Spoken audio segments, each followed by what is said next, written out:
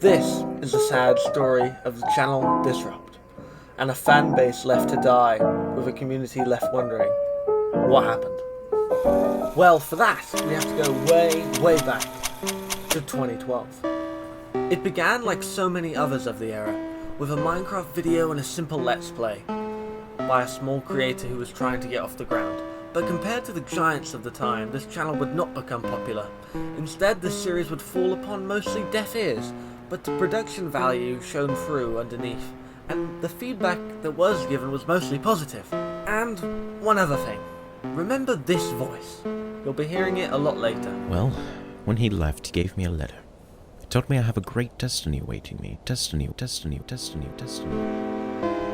Then the team broke through into a new idea, Disrupt, a channel like no other before that would break new exciting heights and change VR on YouTube forever.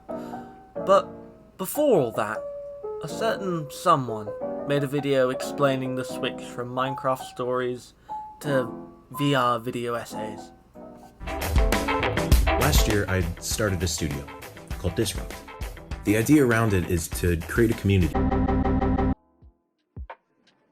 This is Jack. He's the main character in the story of how this channel fell apart. He's also the same guy who did the voicing in the fantasy Minecraft story, and says he is the one who recorded the channel's first video. While in the video, he doesn't really sound the same. This is a new channel. I started it and I was just like, you know what? Now, back to him explaining his change in content style. Community of like-minded people that love to be online, You don't know the way. play video games, and most of all, create. I don't know what the future will bring, but I hope you'll join me.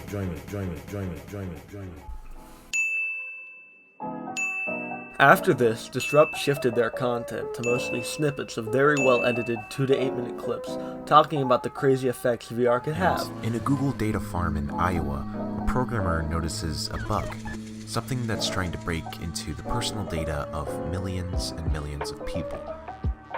And also snippets of other people talking in his online call-in style podcast called The VR Experience. He also had VR chat interviews, a very popular format where people would talk to people in the VR MMO game VR chat about their lives and their experiences.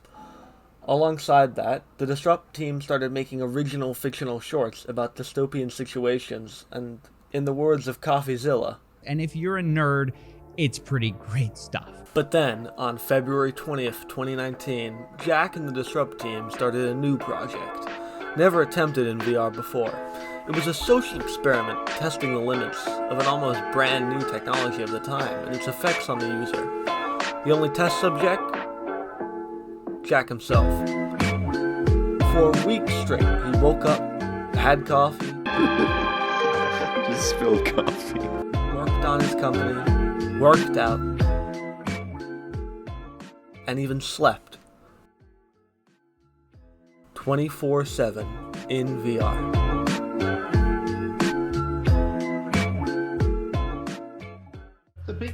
The biggest concerns I have for the future of VR are the implications of privacy and connection. If every single movement of yours can be quantified and tracked and recorded for research, for marketing, whatever, obviously there are people who get really paranoid about this. I just come at it from the perspective of, any new technology will inevitably be abused by special interests.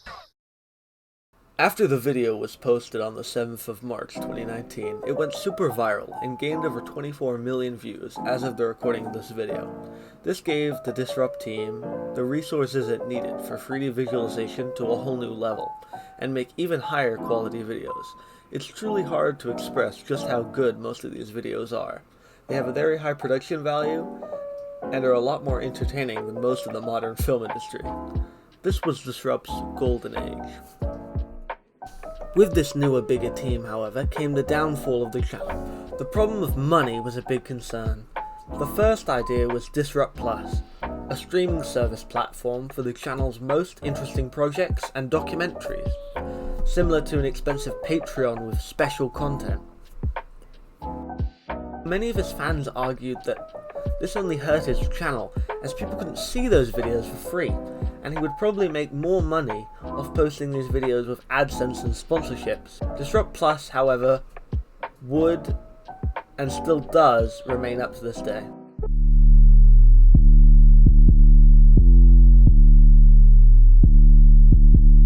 I am selling this channel. Well, a portion of it. Because a change is coming. Path A and Path B. Path A, I believe, is the best option. This is the equity crowdfunding path. Now you're probably thinking, what the f*** is equity crowdfunding? Fractional ownership. So fractional ownership is something that exists in real estate. It exists in many places, but it's defined as a method in which several unrelated parties can share in the ownership of a high value asset. It says here, usually a jet, yacht, or a piece of real estate. He raised $2 million from selling those t-shirts and from the brand partnership, but he still needs to raise another $1 million, which is a third of his budget. He could potentially raise that $1 million by selling a percentage of the future AdSense earnings of the video. So let's say he sells 33% of the future AdSense earnings. 100,000 people buy it for $10, that's $1 million. And that grouping of people is entitled to 33% of the earnings from the Mr. Beast Squid Game recreation for the rest of time, which could be very lucrative. This is how Jack decided to explain it. In return, you'll get a percentage of the net profit that this channel makes every single year. The more shares you have, the more of that net profit you'll receive. And in return, my team and I will use that capital to expand the Disrupt operation. Path B is the path that we'll have to go down if we do not reach our funding goal by the deadline. This would mean a complete restructuring of the internal operations here at Disrupt. This path is not ideal. So, all well and good. It sounds like a great idea. Win for everyone, right? Weird about that Plan B stuff though, but at least the idea is good.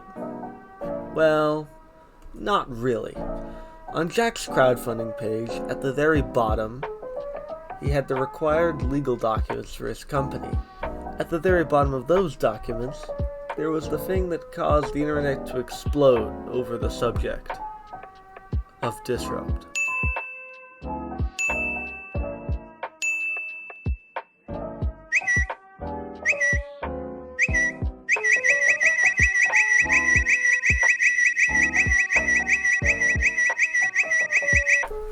And then, of course,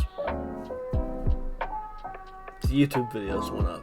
This YouTuber has already raised $100,000 from his fans by selling his YouTube channel, and it's turning out to be a huge scam, and I'm here to tell you why. Let me start by saying I'm a fan of this YouTube channel, which kind of makes this a bit of a weird story. Arguably, one of the best content creators on this platform just announced he'd be selling a 10% stake in his business. But is this offer really a good deal, or is there something we're not seeing? Today we're going to be talking about investing in YouTube channels, which is something that, to be honest with you, I never really thought was on the horizon. I guess I was a little short-sighted because at this point in time, you can invest in pretty much anything and everything. It seems like investing culture has kind of swept the world by storm all of a sudden over the last few years. But it's something that I've never really considered. I knew you could buy YouTube channels and do pretty much all kinds of things with them and turn them into valuable assets, but I never really considered the fact that there would be channels out here selling portions of their channel off to their audience, basically like they were a company, man. I mean, it's pretty crazy. So, over the last week, the situation regarding the whole Disrupt YouTube scam has actually gotten worse. Jack has decided to dig himself into an even deeper hole than he was in before. Why is he raising $500,000 specifically at such an insane valuation? Well, it has something to do with the fact, I think, that he's $500,000 in debt. Call it a crazy hunch. But I found this fact out at the bottom of his financial document. All the way down, all 14 pages down, the very last line, you will see this. Disrupt owes $466,000, and they also owe attorney fees. So basically, they owe $500,000. That's what they say. AKA, Jack is in debt due to trying to buy out his former business partner. Jack started the LLC with someone named Jordan Wilmont, each having a 50% ownership share. The debt is Jack buying the co-founder of the LLC, Jordan's 50% shares for $500,000. Now he's trying to sell only 10% of the corporation, which he is now the sole owner of, for $500,000 to cover the debt he's in. He's already defaulted on one of his debt payments, and if he can't crowdfund the $500,000 from his audience, his former business partner will come to own 51% share of Disrupt, rather than his previous 50% share, meaning that his co-founder will have control over the business. Jack then privated the video announcing the crowdfunding campaign and has since left the Disrupt team. He has not reemerged publicly on social media since. Here are Jordan Wilmont's words as he took over Disrupt. Greetings and welcome back to Disrupt. I've been making a list of questions that have come up since our last video, and I want to go ahead and address those for you guys so you understand what's going on behind the scenes and what's going to happen with the studio. Before I do that, I want to cover a couple quick topics. The first is that I'm speaking on behalf of the entire team here at Disrupt, but I'm unable to speak for Jack. And while we all want Jack to offer an apology or at least an explanation for why he did the things that he did, he's just declined to do that.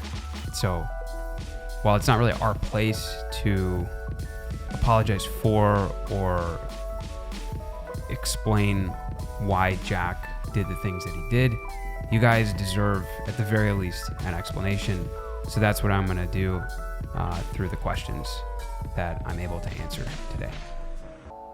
Jordan is still working very hard to create new videos with many people from the old team, but has lost over 90% of the average views, and the channel is down 99.7875% from its peak. I hope one day the team can make it back to the amazing channel it once was, though I have my doubts.